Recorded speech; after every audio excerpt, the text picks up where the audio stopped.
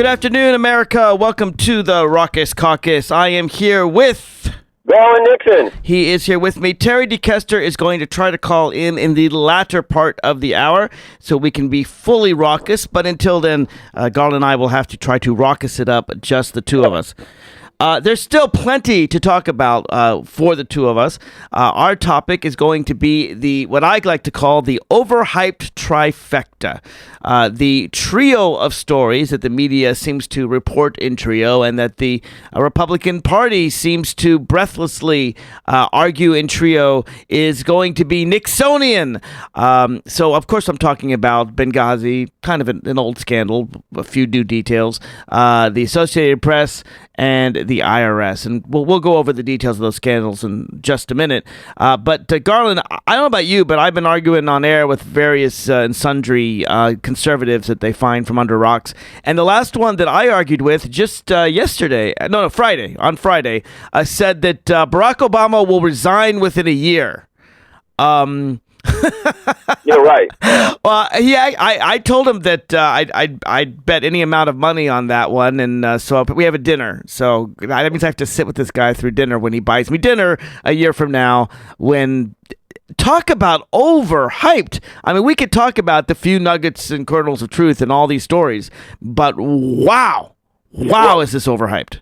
Yeah, Mark, it's kind of like this. I mean, I was the same thing. I was debating some conservatives, and basically my point was, none of them are a real story. And so what they're trying to say is, we're going to keep accusing you of things. We'll accuse you of one thing, and then that's pretty baseless. Accuse you of another. We have no evidence that you have done anything wrong, but after we accuse you of enough things, we'll say, look at all the scandals. It's kind of like if I were to take some balloons and make a little one of those little balloon giraffes and say, "Oh, look, this is a giraffe." No, it's not. It's a bunch of balloons. And then I made another one and say, "Look, here's two of them. They've got to be giraffes because I got two of them." No, it's still. Well, look at that. I've got 3 balloon giraffes. That means they're all real giraffes. I don't care how many balloon giraffes you make. They're still balloons. These are still manufactured, overhyped stories. There is no evidence, no indication in any way, shape, or form that Barack Obama has done anything wrong in any of them. Yet, and here's what really burns me up. People on the left who are acting as though they're scandals also, who are buying right into this absurd premise that these are the humongous, this is the Pentagon Papers. Right. Well, that's what I want to do over this hour is really go into some of the details, because the details matter, and it's really easy just to say scandal, Nixon, blah, And by the way, the same guy who compared Barack Obama to Nixon actually had the audacity to later compare him to Hitler and Stalin. Why couldn't he find anybody worse? I mean, he really needs to work on it. On Satan, I was just trying to think of how much further they could go.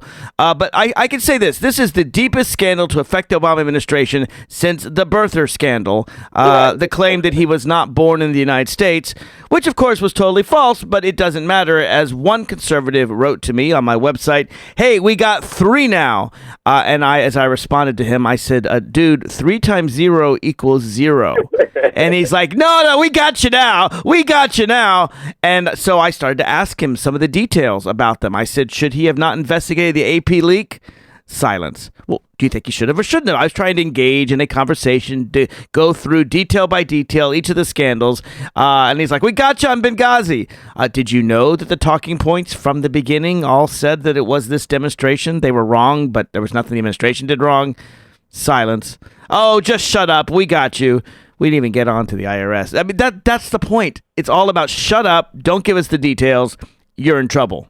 That's their message. And interestingly, it was reported in the Washington Post today that the Heritage Foundation political wing, whatever wing it is that goes and asks people for money, urged the Republican Congress not to pass any legislation that could cause any kind of controversy, and instead to focus entirely on the scandals. So they're basically saying, shut the government down. We have to focus on these things because any real governing might not lead the American people to give us a bunch of money, but we want this money, and we're only going to get it if we talk about scandal and not about actually governing.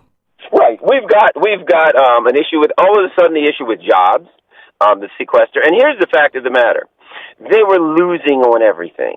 They were actually losing. They were wrong. They were wrong with Obamacare. They're having issues with the states that are refusing to take Medicare, the Medicaid expansion, are getting heat from hospitals and from the medical industry to try to force them to take it. The economy is picking up, yet they're trying to move forward with the sequester to try to blunt the economy improvement. The stock market is going up. All these unfortunate things for the Republicans are going on that happen to be good for the American people. Meanwhile, we've got a job crisis. We've got other things going on, and the Republicans are saying, look, we don't have time to deal with the problems and issues of the American people. Right. We're trying to take down the other part of this, and I got to throw this out. The Republican Party will defend their leaders no matter what. They will defend. They defended George Bush. Through the weapons of mass destruction, through everything that happened, they defended George Bush to the end.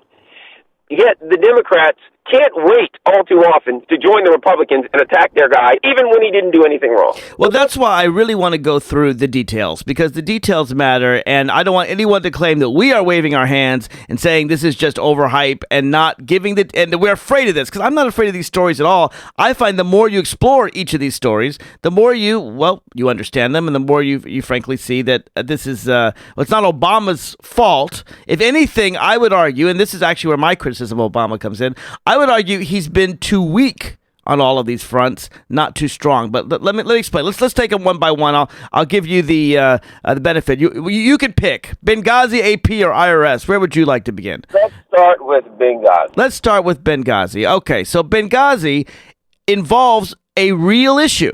A real issue. The real issue is why we didn't have sufficient embassy security. That's a real issue. It's an important issue. It's important to ask why the Republican Congress cut security to the State Department that led to us having insufficient security. It's also a real issue to ask why the CIA, frankly, messed up in not taking their secret annex and announcing it as a consulate so it could get Marine aid. All of that is a serious issue. What is not a serious issue is what the Republicans are focusing on, which is the fact that various talking points were edited. And let's just talk about the talking points briefly and then say whatever you want to say. So here's what we know about the talking points. The talking points were edited by the CIA and the State Department. They were going back and forth. And the White House approved a CIA version that mentioned the name of the terrorist group that did the attack. That said that there were a number of militant extremist groups in Benghazi. All of that was approved by the White House. But then a State Department spokeswoman by the name of Victoria Nuland, who used to be an aide to Dick Cheney, she's a career civil service foreign service officer. I'm not saying that she's Republican or Democrat. I don't know, but she was definitely appointed by George Bush and worked under them. So again, I'm not saying she was doing a Bush agenda, but clearly she wasn't doing an Obama agenda either. She said that we should take it out because one, we haven't done this group denies it, and the investigation isn't complete, so we shouldn't accuse them prematurely. And number two, it was unfair to do what the CIA was doing, basically blaming the State Department when this was a CIA facility and not a State Department facility. So Victoria Nuland, for her own bureaucratic reasons, rightly or wrongly, decided to edit the talking points. The last one in the chain was poor Ambassador Susan Rice, who read off the talking points that were presented to her, and that was used as the Republican excuse not to let her be Secretary of State. That's not a scandal. No, my gosh. Well, holy crap. Well, here's the other thing, Mark. The other part of it is this. Number one, in the very beginning, if you listen to what Susan Rice said, it was absurd to say that she was misleading anyone. She repeatedly said, to the best of our knowledge. Right. This is preliminary, she said. We have now. There were continuous caveats. She would on the Sunday talk show, she said, there's an ongoing investigation. We'll let you know more information as we get along. Now, here's what I don't understand. If you ask me, Garland, where were you yesterday? What happened yesterday? And I say, well, I'm still trying to figure out what happened yesterday, Mark. There's an ongoing investigation. I'll let you know when I know further. Based on the information I have now, it appears that blank, blank, blank. Right. And then you come back and say, well, Garland lied to me. How could Garland have lied to you when he continually told you repeatedly that what he was telling you was not concrete and could change. So from the very beginning, the idea that Susan Rice was lying when she repeated over and over and over that what she was saying was based on the information that she had now and that it could change, number one, that was ridiculous. But number two, the Bush administration repeatedly, they had in the neighborhood of 16 attacks on various consulates and embassies and U.S. Facilities around the world. Right, 13 people died, yeah. which is more than 3 times what happened in Benghazi. But not once did the Republicans ever say, we need to look into this or there's a problem. So I mean, it's obvious what's going on here, and it's pretty absurd. And I think, I'm with you, I think the administration to some extent should, kind of give them the proverbial finger. I think that to some extent they should say, look, guys, there is no scandal. Here's what we got. Do what you want with it. Here's the thing that I find really sad. There is an issue here, a legitimate issue. The issue is one of embassy, consulate, diplomatic mission security around the globe. It's a serious issue, after all. It's not just George Bush, who you mentioned. Under Bill Clinton, our embassies in Tanzania and Kenya were attacked. Under Ronald Reagan, in Lebanon, we were attacked. Right. I mean, this is something that's gone on for decades in virtually every presidential administration, and it's something that I think that Republicans and Democrats could and should work together on. We agree that our consulates and embassies abroad need more security. Actually, Republicans didn't agree before it happened. Remember, they cut aid to it. But like $200 million or something like that. That's correct. A lot of money was cut. It was in Paul Ryan's budget. Remember Paul Ryan, the vice presidential nominee? But in any case, now they seem to agree. They seem to agree with us that this is an important thing. And Obama has put forward a new plan, more money, billions of dollars, just a couple billion. It actually isn't that expensive in the scheme of things when you look at what other things cost, to aid embassy security. They're not even addressing this bill. And I think Barack Obama needs to go out on the stump proactively and say, I want more embassy security. Why are the Republicans against it? And they're going to say, well, we're not against it. We're not against it. Then why haven't you passed my bill? And really hype that bill. And it's a way to get ahead of the whole Benghazi situation. Because that is the issue in Benghazi. What is not the issue is the talking points. And one more thing about the talking points. The Republican claim from the get-go, from the moment Susan Rice went on TV, is that Susan Rice, and by extension the entire Obama administration, is hiding the fact that it's a terrorist attack and coming up with this stupid idea that it was a homemade video that caused people to be mad in a spontaneous demonstration. And they claim that she edited the talking points in order to add that silly idea. Well, that silly idea happens to be in all 12 versions of the talking points. From beginning to end, there are certain things that change. They change a consulate to diplomatic mission. They take out the mention to Al-Ansari. By the way, when I say they, I mean career Foreign Service Officer Victoria Nuland, who used to work for Dick Cheney. She takes it out for her own reasons that have nothing to do with, they may have to do with internal State Department CIA politics, but they have nothing to do with Democratic Republican politics. But the heart of the issue is the thing they claim that Susan Rice did wrong actually was in all versions of the talking points. And the reason why it was in all versions of the talking points is because the intelligence community, within a week afterwards, that was their considered judgment. It turns out to have been wrong, but you can understand why it was their considered judgment. Let me remind people, there was another attack on September 11th. It occurred in the morning. People forget it even happened. It occurred at our embassy in Cairo. There was a spontaneous demonstration. It did come from this stupid video, and the people of Cairo actually managed to breach our outer walls. And they didn't get into the internal walls. We had Marines to defend the embassy. That's part of the problem with what happened in Benghazi. It wasn't an official consulate or embassy. It was a secret CIA base, and that's why they didn't have enough people to defend it. But it was understandable that the intelligence community, having seen what happened in Cairo that very morning, would preliminarily think that the exact same thing happened in Benghazi, and that this terrorist group basically co-opted a pre-existing spontaneous demonstration. Now, that turned out not to be true, but that's what they believed at the time when Susan Rice said it, and that is simply beyond dispute. And yet I hear Republicans just today, a Sunday morning news show, again repeat this old canard that, what a silly idea that they thought of the demonstration. It may have been a silly idea, but I don't think it was. But even if it was, it's got nothing to do with the White House. It has to do with the intelligence community's preliminary findings. Well, here's the other thing too. I guess they've got one of two arguments. Argument one is that the White House knew it was a terrorist action and deliberately hid it from everyone. Well, what motivation they could possibly have for that, God only knows. I guess that's because the president's really a secret Kenyan Muslim terrorist is probably what... No, their motivation, Garland, is that the president is high on his laurels from killing Osama bin Laden, and he didn't want any American to know that we were actually attacked by a terrorist group. As if that wouldn't come out anyway.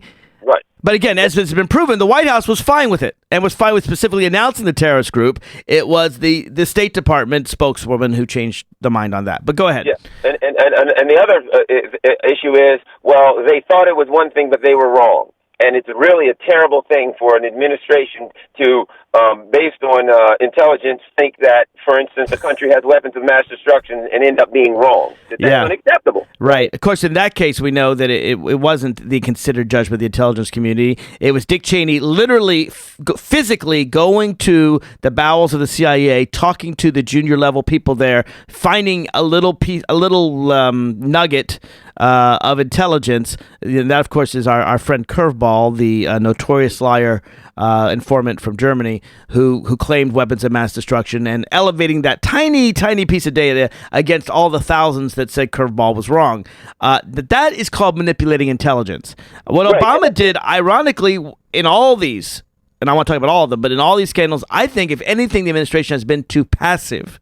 And by being too passive, they've let lower-level career service people make mistakes that they haven't corrected. And you could argue, and this actually I think is a fair challenge, that perhaps if they had stronger management style, that these mistakes wouldn't have happened. But the Republican claim is that Obama is intentionally attacking Americans and all this kind of stuff, when really the answer is Obama stayed out of these things because of complaints by Republicans, and now they say, after insisting that he stay out, and we're going to get there with AP and IRS, after insisting he stay out, now they say he wasn't in enough. He just can't win.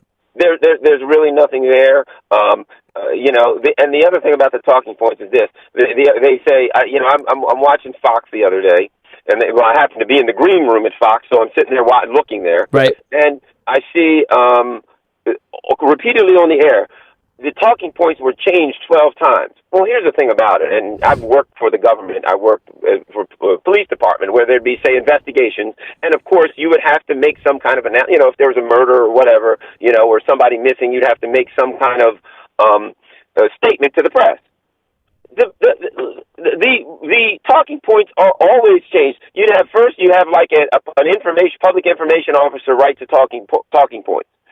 They give it to their supervisor, who goes over it. When you're talking in the government, it's going to go through various intelligence agencies for approval. It's going to go to the State Department for approval. And every person that it goes to is going to look at it and take something out and add something in until finally it goes to the person at the top who sees it. Talking points are always changed, adjusted, reviewed a dozen or more times within the government for any issue. To say that it was the talking points were changed 12 times as evidence of a problem is not to admit that. I mean, the fact of the matter is nobody has said, normally when they're talking points, how many times are they changed?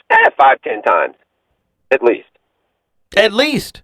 I mean, here's the point. This was changed a dozen times. It was seen by about a dozen people. I don't know about you, Garland. When I write a speech, I change it myself a dozen times, probably more. I'm kind of a perfectionist. I will look over something 10, 20, 30 times and make changes, and I even make changes at the very last minute because, I want to make sure it's accurate. Mark, do you remember a certain amount of words about yellow cake uranium in the speech that we found out?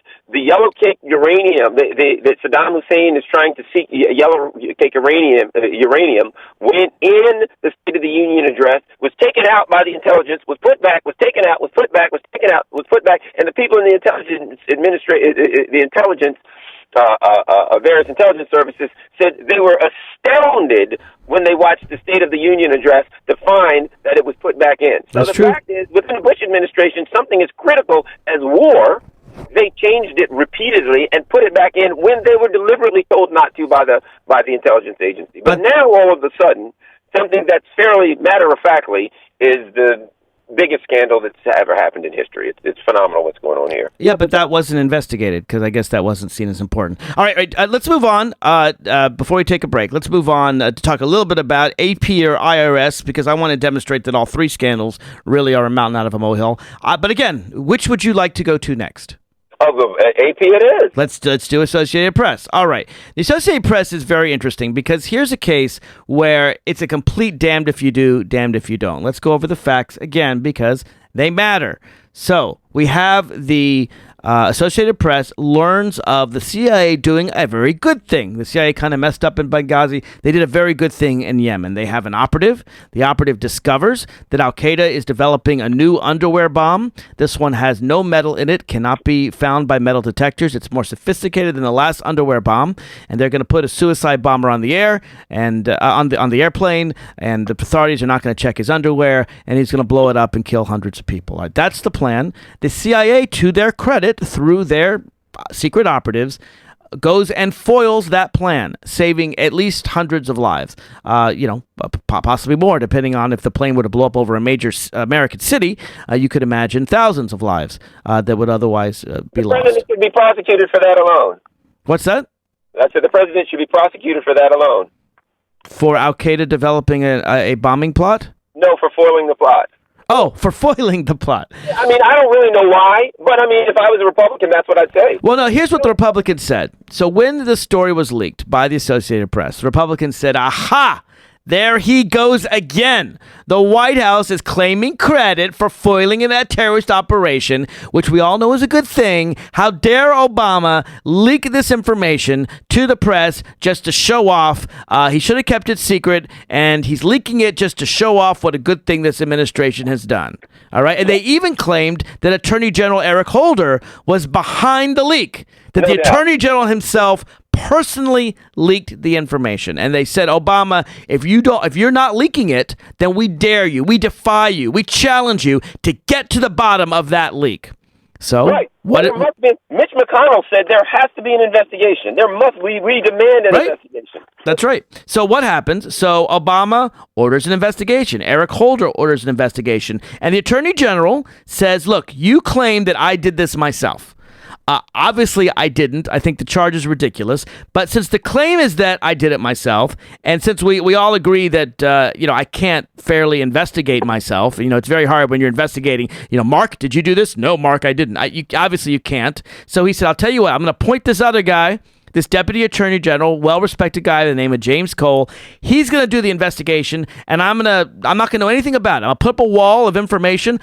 James Cole is in charge. They can investigate me. They can ask me all the questions they want. They can ask the White House all the questions they want. We did nothing wrong. Bring it on. We'll investigate the leak. We'll find out who did it, hopefully, and punish them, but we're staying out of it. So James Cole gets to work, and he asks everybody in government, including Attorney General Eric Holder, and he goes through Holder's papers and emails, and he goes through other government officials' papers and emails, and he does a pretty extensive investigation. But lo and behold, he can't find the leaker, which I got to say is not that extraordinary because most government leakers are smart enough not to type in an email. Right.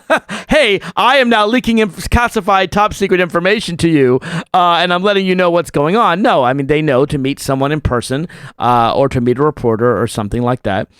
So he can't find the leaker. So then comes the very interesting, actually legal question of when the government can go after the press to find the information, because the law is very simple. The leaker can get in trouble. The leakee can never get in trouble. When Dick Cheney told the secret identity of Valerie Plame, CIA agent, to Robert Novak, Dick Cheney should have been prosecuted for treason, but Robert Novak, the reporter, cannot be prosecuted. Same goes with the Pentagon Papers. The person who gave Daniel Ellsberg the Pentagon Papers could be prosecuted. The reporter cannot be prosecuted. Right. So that's the law, and because of that law, you can only go after the government officials. So the question is, when can you get information from reporters? And it happens to be a technical legal question. And the question is, it has to be something very serious. All right, Al-Qaeda trying to kill hundreds of people. I think that's serious. Number two, they have to have looked everywhere first. Well, I think James Cole pretty much looked everywhere first. I don't think anyone can argue that. I forget how many thousands of pages and hundreds of witnesses he examined, but I think that standard is met. The third standard, little closer, is whether it has to be narrow. And what did he do? He got 20 phone numbers from the Associated Press within a 2-month period, and he didn't listen to the phone calls, but he only got the numbers of who the reporters called. You can make an argument that is that narrow enough. I think it's relatively narrow, but maybe it should have been 3 phone numbers over a 2-week period rather than 20 over a 2-month period. But I think that's a close question. And the fourth thing where I actually think James Cole made a mistake, and I'm willing to call it a mistake, but I don't think it was an Obama mistake, and that is you're supposed to warn the target in advance unless you think the information might go south, might escape. And in this case, it isn't a case of saying, reporter, give me your notebook, and the reporter could burn it, and so you steal the notebook. This is a case of going to the phone companies and saying, hey, I want to see what phone numbers you have. In this case, if you had told the Associated Press in advance and given them an attempt to challenge it in court, the numbers weren't going anywhere. You simply tell the phone companies, keep the numbers while we resolve this issue. The terrorist attack attempt was about a year earlier. I actually think the government made a mistake on point 4, and most of the press agrees with me. They should have notified the Associated Press first. But this is a complicated legal thing. It has nothing to do with Obama or Holder because they farmed it out to James Cole. If you want to complain about James Cole's conduct, go right ahead. He's a public servant and long-term public servant. Let him defend himself. But this has nothing to do with Obama. Right. That's the long story there. But go ahead, make your comment. The other part of it is this: we can say based on the very, very sketchy information we have about the investigation that he should have warned them. However, if they were to go to court and he was to make his case based on what was the information he had, that he had justification for not warning them. We don't know right now whether he did or didn't have justification for not warning them. It is possible that he may go before a judge and show the judge, look, I didn't warn him for this reason, and the judge may say, that's valid. So we don't know enough about the investigation to say that. That's the thing. We can speculate that he should have warned the AP. That's all sheer speculation, but not having enough information about the investigation, we cannot say for sure that he should have warned the AP. So keep in mind, this is nothing but a speculation. It's possible that James Cole may have done something that could have been done a little bit differently, that would have looked a little bit better, but it still wasn't illegal. No, well, here's the thing. A court may well end up deciding whether it was improper or not. The irony about all of this is that Barack Obama and the Democrats have been arguing since at least 2009 that we need a solid press shield law that makes exactly this standard clear. This standard, by the way, is not even a legal standard. It's a Justice Department guideline that was established after the Vietnam War. So frankly, even if they violated their own guideline, we can say tisk tisk, and I'm willing to say that. I'm willing to say, from what I can determine, and I obviously don't know all the facts, my guess is they did violate that 4th provision. They should have notified the AP. But listen, at the end of the day, a court's going to decide that. But this wasn't the law. The worst thing they did was violate their own guidelines, and it will be determined whether they did or they didn't, and we can say bad James Cole or right James Cole. But just imagine.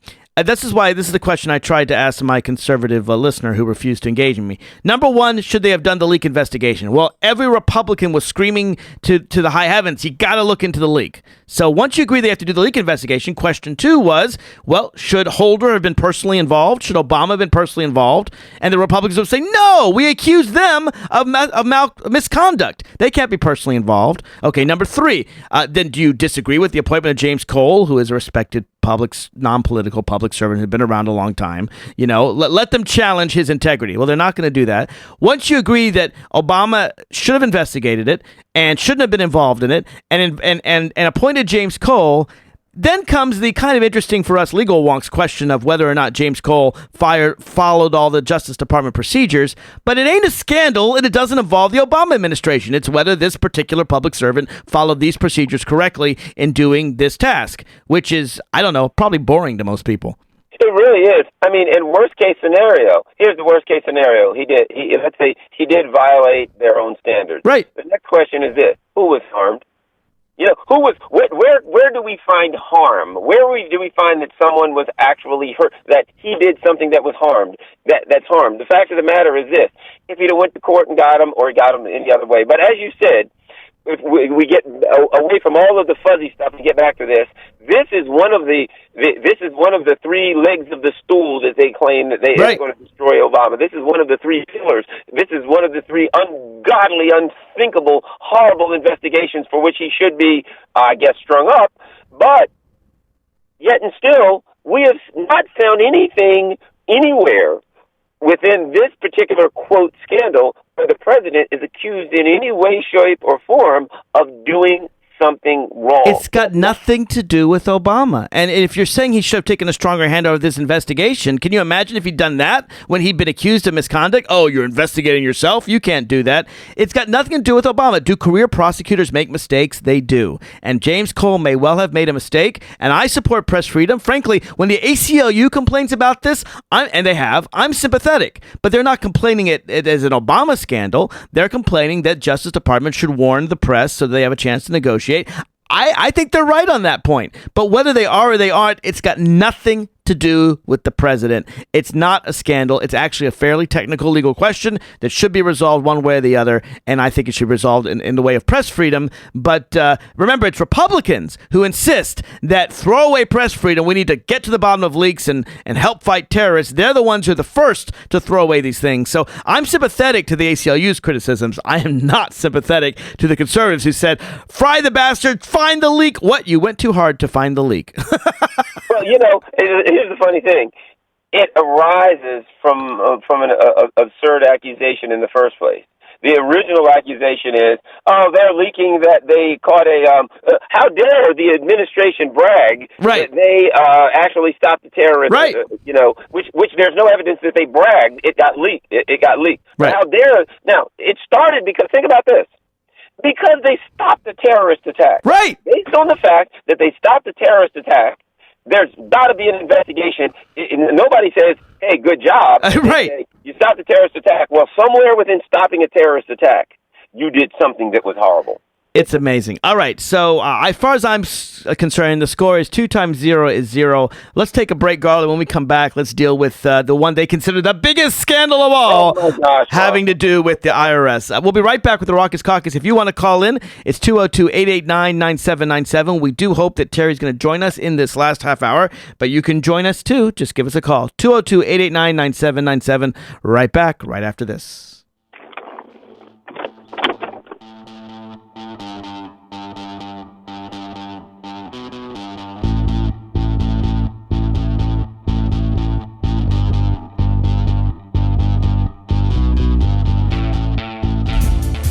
You're listening to WPWC, We Act Radio, 1480 AM, weactradio.com.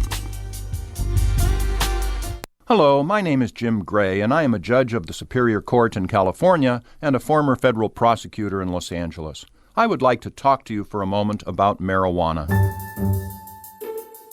Did you know that since the federal government first banned marijuana in 1937, usage in this country has actually gone up by about 4,000%? Or did you know that in the Netherlands, where adults are allowed to possess small amounts of marijuana and buy it from government-regulated businesses, fewer adults and fewer teenagers smoke marijuana than here in our country? Or that an American is arrested on marijuana charges every 38 seconds? If you are wondering if any of this makes sense, you are not alone. To find out more, contact the Marijuana Policy Project at 1-877-JOIN-MPP or visit them on the web at mpp.org. Thank you, and good luck to us all.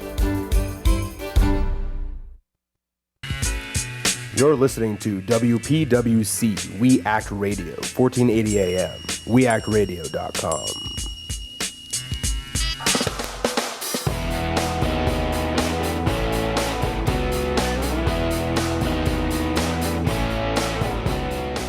Welcome back to the Raucous Caucus. I am Mark Levine, sitting here with Garland Nixon. And we are going over what I like to call the overhyped trifecta. I think we have destroyed any arguments that Obama did stuff wrong on Benghazi or the Associated Press scandal, at least the parts that the Republicans are focusing on. There's a nugget of problem in both, but both of which, embassy security and whether or not a deputy attorney general made a mistake in a prosecution, both of which, in essence, were things that the Republicans disagreed with. Well, hey, Mark, here's the other thing. If you look at what our discussion, not only that, what we have found is the Republicans haven't even made an actual allegation that the president did something wrong.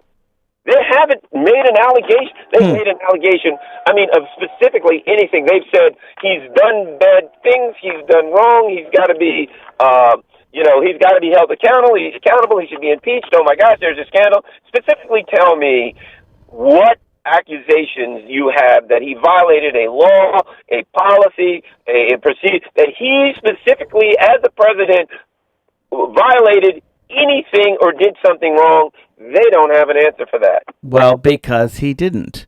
but then they're going to say he needs better management over his underlings. And that actually is a fair argument if it were not for the case that the Republicans are upset that he ever exerts control. As I pointed out with the AP scandal, if he had exerted control, they would consider that to be an improper self-investigation. And in Benghazi, the woman who changed the talking points happens to have been an appointee of the Bush administration. All right, let's move on to the IRS, though, because in this case, we also have, yes, an appointee of the Bush administration making some mistakes. Let's go through, the chronology matters because people just want to throw up their hands and blame Obama. Let's do the chronology here. So to understand the IRS investigation, the first thing you have to understand is what 18 U.S.C. 501 subsection C subsection 4 stands for. And that, of course, is the IRS code, and it's the thing that regulates these entities. By the way, I believe we have Terry D. Kester. Is that correct? Oh, you lucky dog. Holy. Oh my God, he has appeared out of nowhere. Nowhere. We were doing so well, Garland. We were doing so well. Let the pigeons loose. Let the pigeons loose. All right, so Terry, just to bring you up to speed, we've already completely discounted the Benghazi and AP stories as ridiculous. Good. And we're now moving on to the IRS. So I was starting to explain.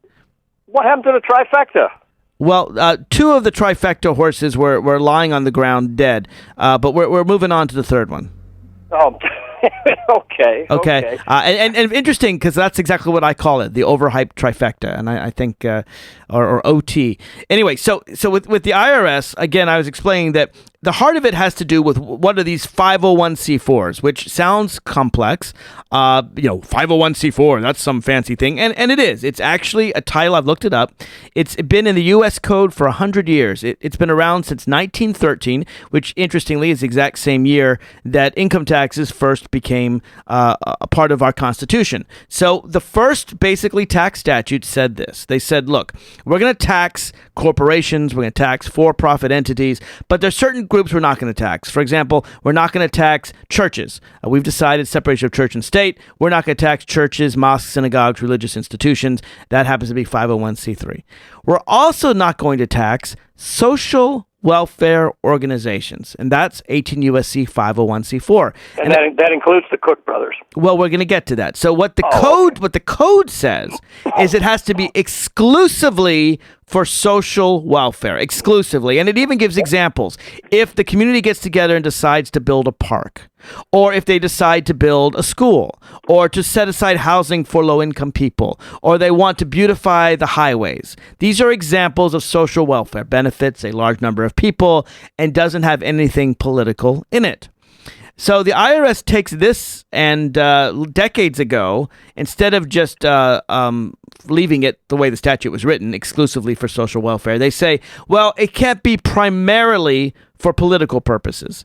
Now, I don't think building a school or beautifying a highway has anything political at all to do with it, but they change the standard, even though the law is clear, exclusively social welfare, and they say, well, as long as it's not primarily political, if it's 49% political, that's okay. even then, 501c4s kind of languished. People didn't really use them because there were limits on corporate contributions. Then comes our friend, well, our enemy, the Supreme Court Citizens United case, 2010, and they say, hey, you can give unlimited contributions. And so people looked and they said, well, 501c4 is anonymous. You don't have to disclose donors. And great, you get a tax exemption, and we can be 49% political. So even though the statute says exclusively non-political, exclusively social welfare. So Tea Party organizations start flooding the doors and coming in, and a few progressive institutions as well. But the vast majority are Tea Party and other right-wing organizations. And the folks in Cincinnati, this is the IRS way station that's handling all these tax-exempt things. They're overwhelmed. They have some 60,000 applications, and there's about 200 people to process all these things. So they say, well, okay, what's political, what's not political? Building a park, not political. Building a school, not political. Tea Party sounds political to us. And again, I defy anyone from the right to claim the Tea Party is not a political organization. Hey, Mark. Social welfare. Mark, I got to throw this in there. Go ahead. They're not political. Let me think about this. Republican Party, Democratic Party, Green Party, Tea Party. How in the heck can you call yourself a party and say, well, we're not political. What are you? We're the Democratic Party. We have nothing to do with about the Tea Party. T stands for tax enough already. So the tax enough already party has nothing to do with politics. That's their claim. The reality is, gentlemen, they never use that name. They don't use the name, whether it's Democrat, Republican, or Tea Party. They form these bogus organizations that have, only like 3 officers needed to run them. Yep. And you can call it any darn thing you want. And you can call it, Garland shoe goodness, formation, and file your forms. And shoe goodness. I was trying to give Garland some social credit. Shoe goodness. Yes, he needs. That sounds like a bad sneeze. Shoe goodness. He needs to be more generous with his wealth, is what I'm trying to say. But I didn't want to get into Garland today. I love him, and that's all. I see. Well, but you can call you can name the thing anything you want, and the real crime of it is in a 503. All of your information is public. That's right. 501c3 is public.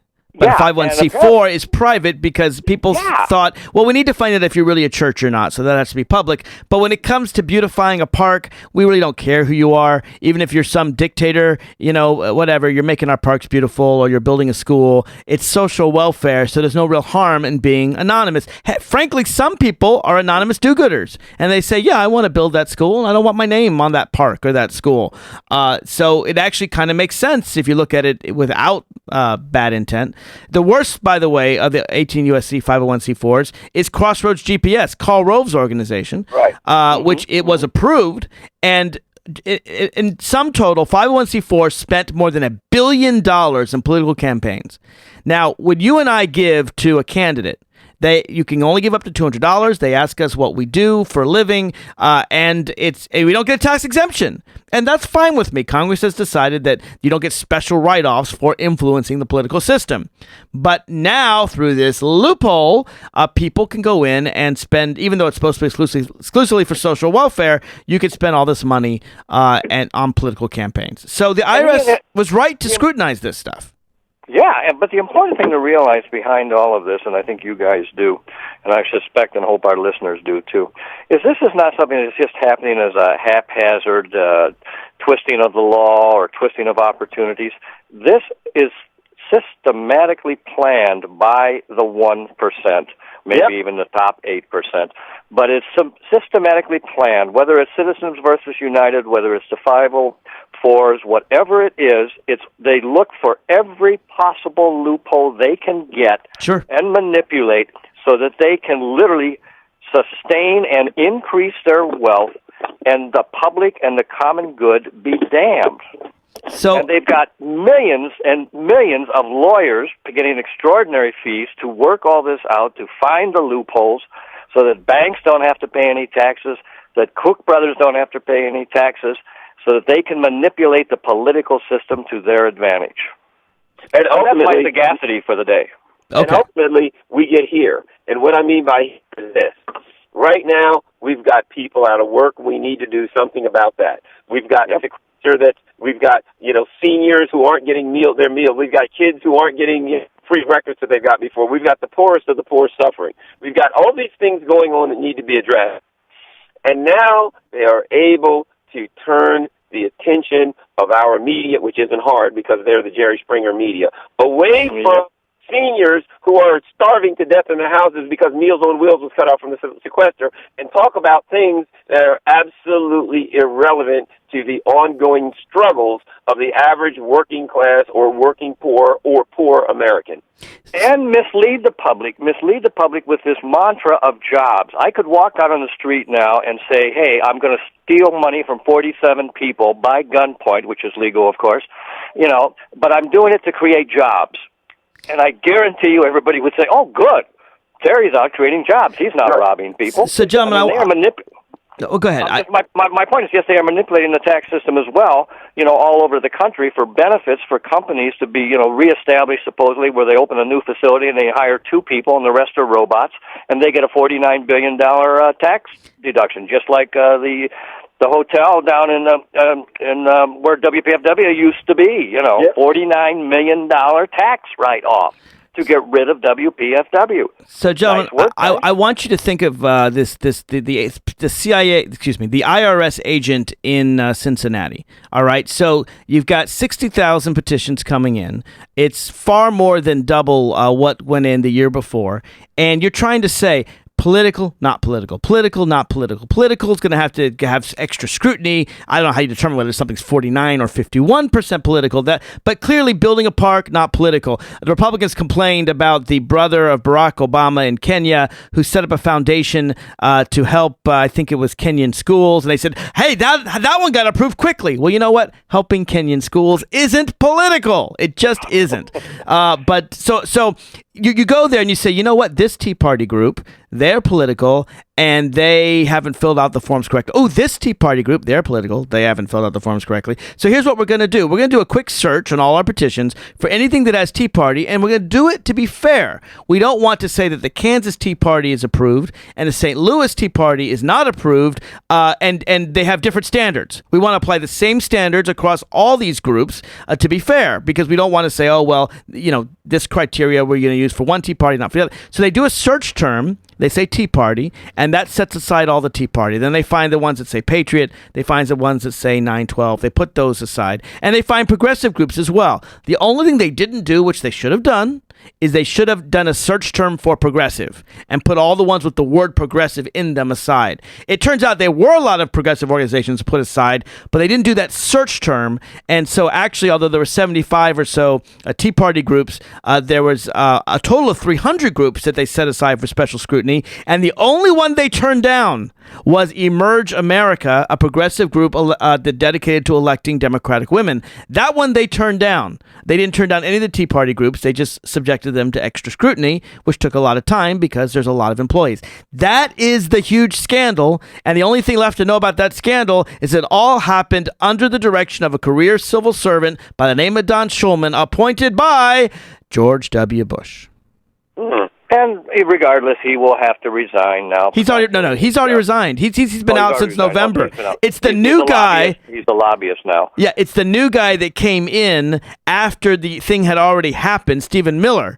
He came in. He's the acting director. None of it happened under his watch. It was fixed before his watch, and they complained, well, Stephen Miller, you knew about it but didn't tell Congress about it, so you got to go. Obama's mad. Stephen Miller has to go. But just to be very clear, Bush appointee makes a mistake.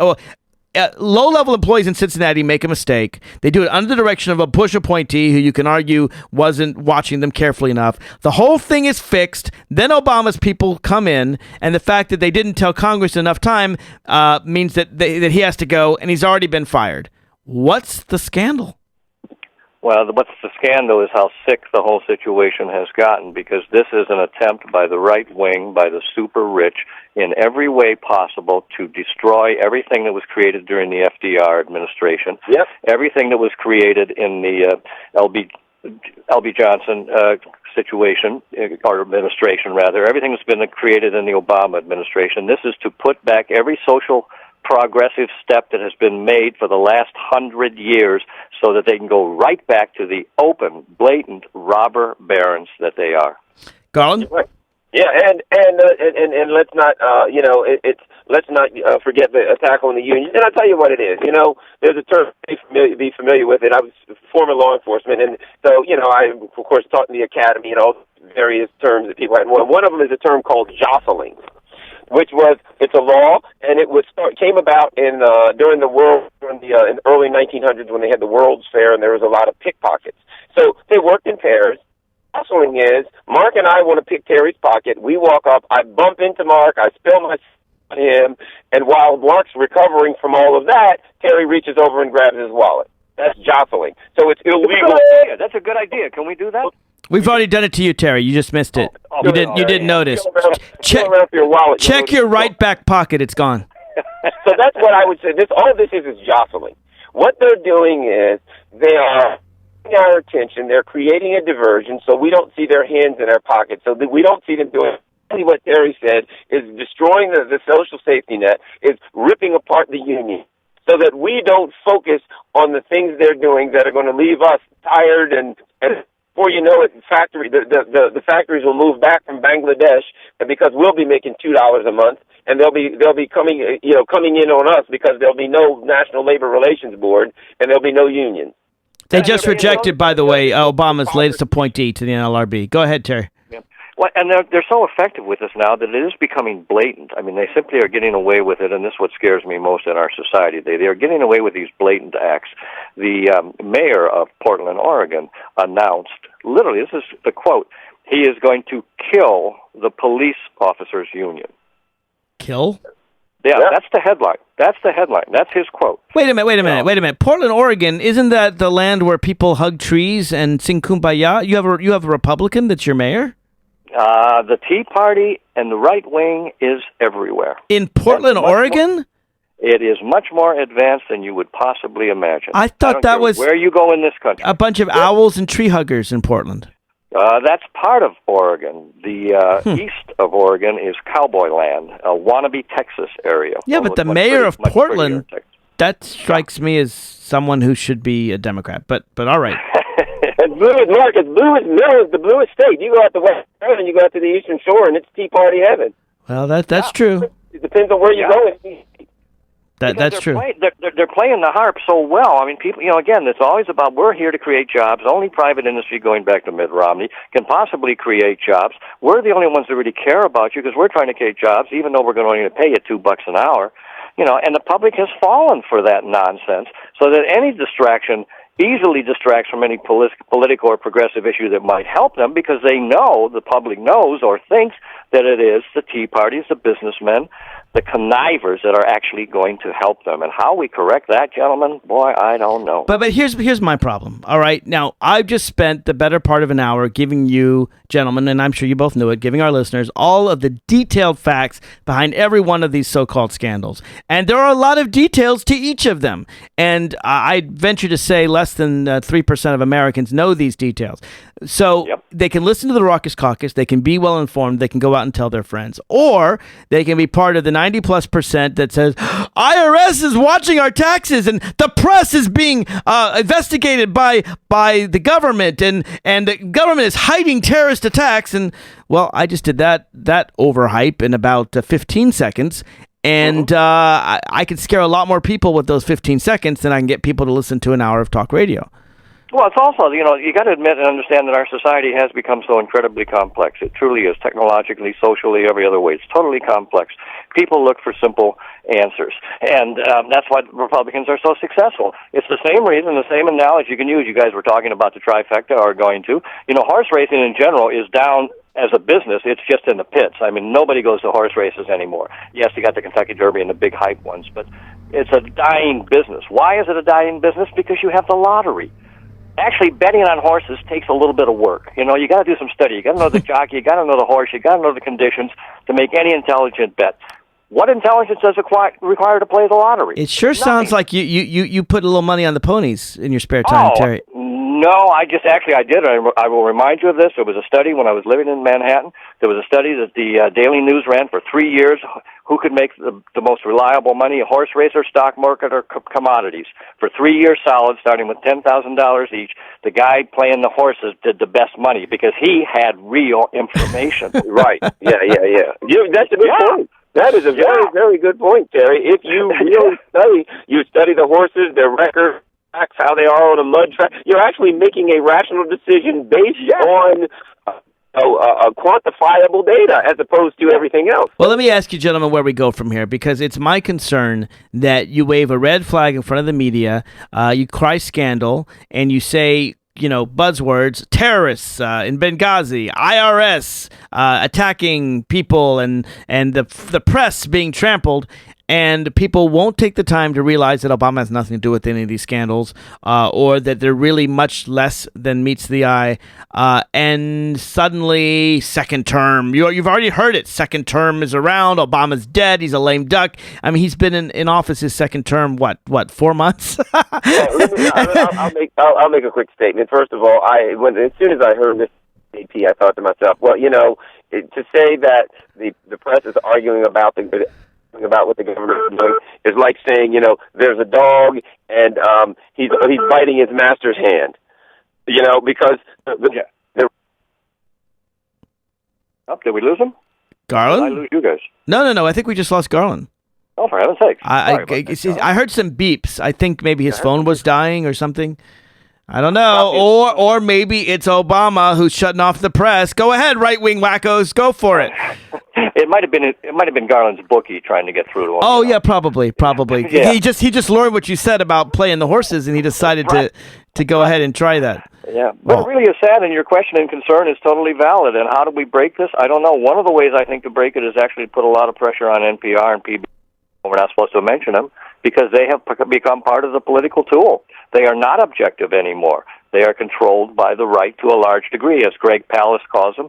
PBS is Public Petroleum Radio. I mean PBS, the National Petroleum Radio, and it's largely true. We've lost control of that too through Republican manipulation. But here's the problem: how do you? I think it was Mark Twain that said that a lie travels halfway around the world while the truth is just getting his shoes on.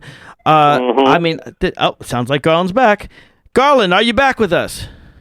Oh yeah, guys. I don't know what happened. I lost you. Well, we think it's your problems with technology, but your bookie was calling. Yeah, Terry thinks it's your bookie. I don't know. What were you saying, Garland? I was simply saying that, the press is always there to help. Anytime the government, the right wing, the corporations, the top 1% want to start another war, or they want to, engage a new policy that's going to take all the money from the poor or do away with the social safety net, the press is always right there like their lapdogs to help them along with those policies. The press now, most of the major press is owned by 3 or 4 major corporations, so I'll never be there anymore to say, oh boy, we got to look out for the press, because the press, they're not our friends anymore. No, they are. Well, see, I'm not going to go that far. The Associated Press strikes me as one of the relatively not political branches, and I'm going to stand up for the freedom of the press. I actually think, as I've studied the situation, that probably Deputy Attorney General James Cole made the wrong call on this one. I'm willing to wait and see what the courts decide. But again, and so I support freedom of the press. It's got nothing to do with Obama, but at the same time, I've studied the situation. I want to be fair here. I think they may have overreached, but again, a court will decide that, and I think a press shield law supported by Democrats and Obama would make this very clear for the future. So I don't want to throw all the press out with the bathwater. The point is, it's not an Obama scandal. That's the point. And if you don't listen to the Raucous Caucus, you don't have any idea what's going on. Hey, guys, I got to run. My horse has just arrived. Aha. So I will be talking to you next week. Thank you so much. Well, ride it off into the sunset, and don't forget to jump those hurdles. We wouldn't want him to have a broken leg. All right, so thank you, Terry. Garland, any last comments on how we get past the hype and into the facts of these scandals? I think the best we can do is people like you and I continue to spread the good word, to spread the reality, to spread details. We can continue doing what we're doing. We can't count on, I'll be honest, I haven't even been watching a lot of the press, even MSNBC or some of the so-called left-leaning press, because they're buying into this absurd paradigm, and it's making me sick. So Yeah. we got to keep talking, saying what we're saying. The other thing is, I think the Obama administration, I've said this, I think they ought to give them, they ought to just say, look, there's nothing here. You guys do what you want. There is nothing here. I don't think they should continue to react to these absurd claims. See, I don't know. It's tough. If you don't react, then they say you're stonewalling. I think the answer is to give out the facts, point out how minimal the facts are, and to simply say, hey, talk. I mean, but here's the thing. So this Bush appointee, the Treasury Inspector General, who found the whole IRS problem, he himself admits there was nothing political here that they could find. So none of these scandals Republicans discovered for themselves, right? The Inspector General report came out. That's how they discovered it. The AP, well, they notified, James Cole notified the press notified AP after 90 days. Basically, it's the executive department ferreting out its own problems like it should. And for that, they should be praised. Thanks for joining in with the Raucous Caucus, Garland. Thank you for listening in to AM 1480. Coming up next is the Inside Scoop. We're going to go over more details of the Overhyped Trifecta and give you a chance to call in at 202-889-9797. For now, this is Mark Levine. We'll be here every noon, the Raucous Caucus, every Sunday, right here on We Act Radio. Right now, I am signing off.